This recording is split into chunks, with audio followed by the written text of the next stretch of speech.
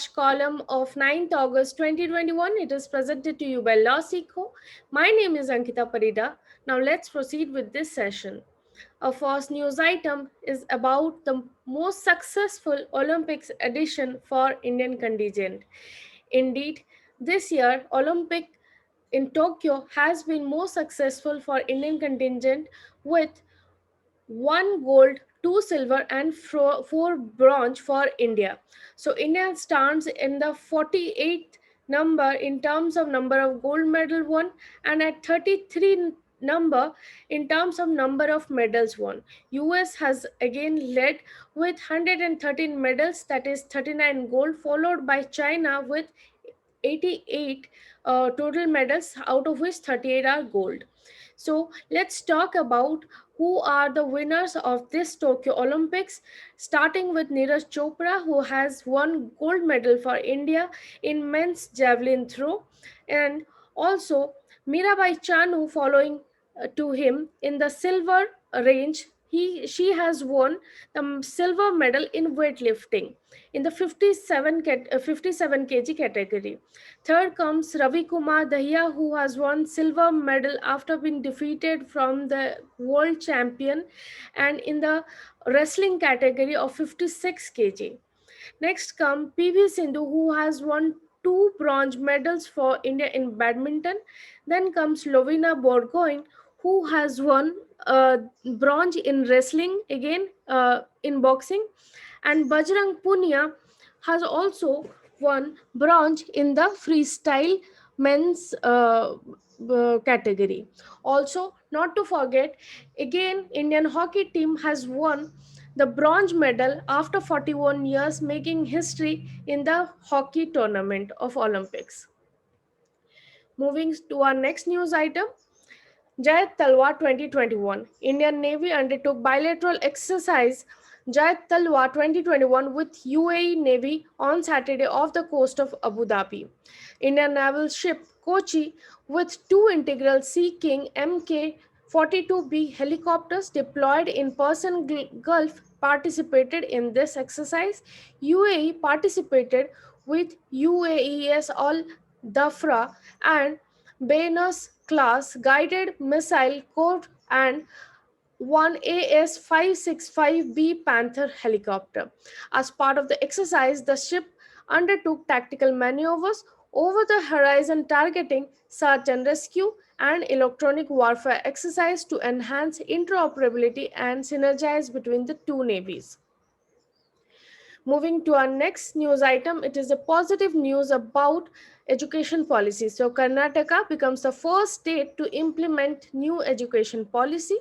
The Karnataka government has shown interest in the new education policy and has issued an order to implement the new national education policy from the current academic year 2021-2022. Karnataka has become the first state in the country to issue an order to implement the new education policy, and the national education policy basically aims at increasing the gross enrollment ratio in higher education from 26.8% in 2018 to 50% by 2035, which will bring in sweeping reforms in the areas of education. This policy seeks to entirely overhaul the system through various reforms like a single regulator to oversee higher education, no more MPhil course before PhD, fixed fees for public and private institutions. Student can choose between 3 and 4 years undergraduate courses and multiple entry and exit points in degree courses.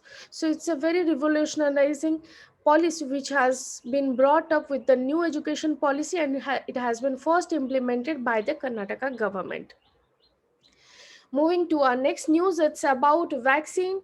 So the center has approved Johnson and Johnson single dose COVID-19 vaccine. So US pharmaceutical giant Johnson and Johnson single dose COVID-19 vaccine has received emergency use approval in India. The shot will be brought to India through a supply agreement with homegrown vaccine maker Biological E Limited. Studies have shown that Johnson and Johnson vaccine is 66% effective in preventing cases of moderate to severe illness and 85% effective against severe cases of COVID-19. It completely prevents hospitalization and death 4 weeks after inculation, according to the studies. So, with this, India has five COVID vaccines which has been given emergency use approval. The other four are Serum Institute's Covishield, Bharat Biotech's Covaxins, Russia's Sputnik 5, and Moderna. Moving to our next news item, PM Daksh portal and PM Daksh mobile app. So, Union Minister for Social Justice and Empowerment, Dr. Virendra Kumar, has launched PM Daksh portal and PM Daksh mobile app developed by the Ministry of Social Justice and Empowerment in collaboration with NEGD to make the skill development skill accessible to the target groups. So, through these portals and apps, the youth can target the very facilities of the government and will now be able to avail the benefits of skill development and training programs more easily.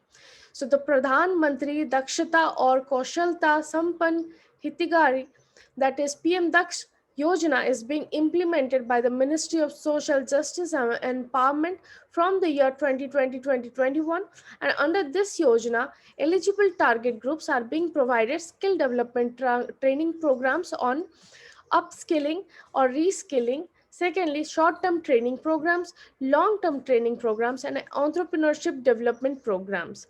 These training programs are being implemented through Government Training Institute, Skill Sector Skill Council constituted by Skill Development and Entrepreneurship and other credible institutions. Moving to our next news item, today, that is 9th August, is Nagasaki Day. So this is basically on the sorrow history of Japan, on which two twin bomb of atomic bombs were attacked by US during the World War II. So this day is commemorated to memorize the people who have lost their life and the great loss of the nation that had happened because of atomic and nuclear attack. So let's talk about it. In an attempt to carry a twin attack, the first atomic bomb was dropped on the western city of Hiroshima on August 6, 1945 by US bomber Enola Gay. Ironically, known as Little Boy, the bomb affected almost 80,000 people and tens of thousands later died of radiation exposure. Even today, there has been st- uh, instances of in instances of some kind of difficulties with people and also abnormality because of these radiations. Hiroshima devastation failed to elicit immediate Japan surrender. Another and therefore another bomb, Fat Man, was hurled 3 days later on August 9th, and this was on Nagasaki, killing 40,000 people there. So August 15 was the day when Japan surrendered, ending World War II, and many survivors developed cancer and other illnesses due to their exposure to radiation and suffered discrimination thereafter because of this event. Moving to our next news item, ITBP or the Indo-Tibetan Border Force has inducted first woman officer on combat service. So the Indo-Tibetan Border Police Force, which guards the line of actual control between India and China border, on Sunday commissioned its first two women officer to combat after they completed their training there.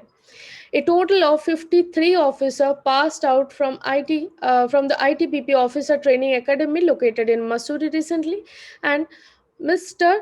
Dhami, the CM, and Mr. SS Deswal, the DG of ITBP, put the rank of Assistant Commandant, an entry level officer rank in the paramilitary, on the shoulders of two women officers, Prakriti and Diksha, after the passing out parade and an attention ceremony where they took their oath to serve the country.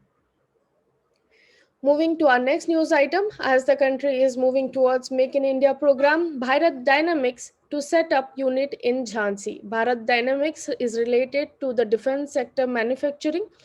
So the Hyderabad-based Dynamics Limited under the Ministry of Defense and the Uttar Pradesh Express Industrial Development Authority have signed an agreement to set up unit in the Uttar Pradesh Defense Corridor, that is in Jhansi, the only defense public sector company in the country manufacturing missiles and underway weapons for the armed forces would be setting up unit on 215 acres in Jhansi, and it's first in North India.